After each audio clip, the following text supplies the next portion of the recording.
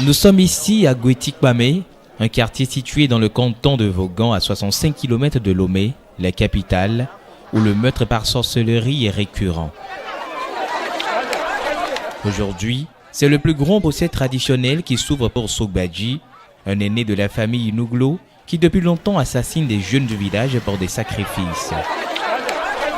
Dans leur famille, il a toujours été soupçonné pour des meurtres qui surviennent dans le village de Vaux à Sommet, mais les habitants de ce village n'ont jamais été d'avis. Cependant, la mort de Blandine Nouglo, fille de Missihou Nouglo, frère cadet de Sogbadji, a brisé le silence sur tous les crimes commis. Nous n'avons pas accusé notre frère. C'est lui-même qui a avoué qu'il voulait me tuer cette année. Il l'a dit en novembre dernier.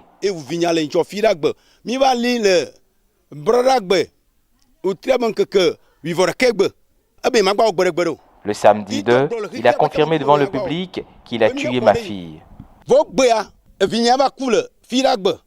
Le 1er décembre. Mais le 1er décembre, ma fille est morte. Elle s'est endormie et le lendemain, elle ne s'est plus réveillée. Mais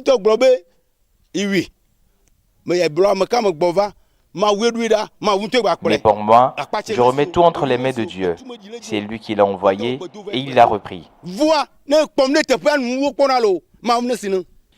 Sogbadji est culpabilisé d'avoir assassiné 5 personnes de sa famille, à l'instar de son oncle, son petit frère, sa grande sœur, son papa et Blandine, de son frère cadet Missihou, qui a suscité ce procès réunissant tout le canton de Vaud.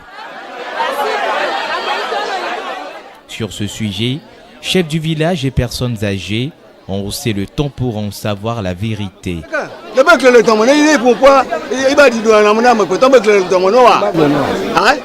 D'après les avis des résidents du canton de Vaud, Sogbadji a fui après la mort de sa nièce dès qu'il a entendu parler d'un interrogatoire qui lui sera infligé, ce qui a attiré l'attention sur la véracité de sa responsabilité de tous les meurtres qui eurent lieu dans ce village.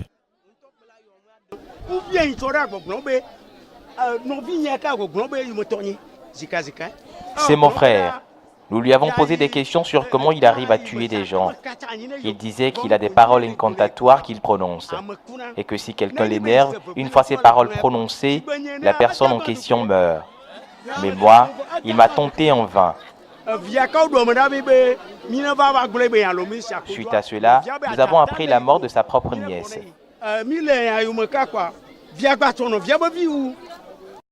La confirmation du meurtre de Blandine par Sogbadji, qui devait être faite par l'un de ses frères, qui plus ou moins connaît le secret de ce dernier utilisant des paroles d'incantation pour faire la peau aux gens, un pouvoir surnaturel qu'utilisent les grands-parents pour supprimer les dangers pouvant nuire à l'humanité, a été prononcé par l'accusé lui-même.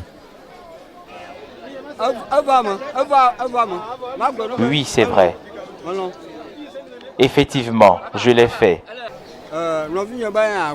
C'est moi qui ai tué la fille de mon frère cadet.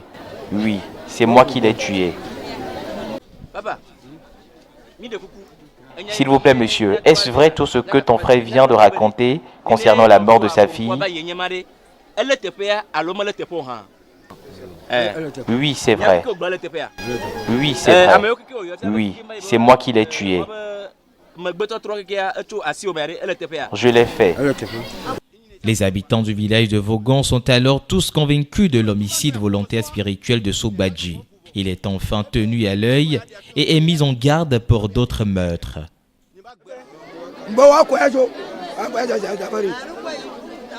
Mais actuellement, Sogbadji s'est enfui du village pour une destination que l'on ignore.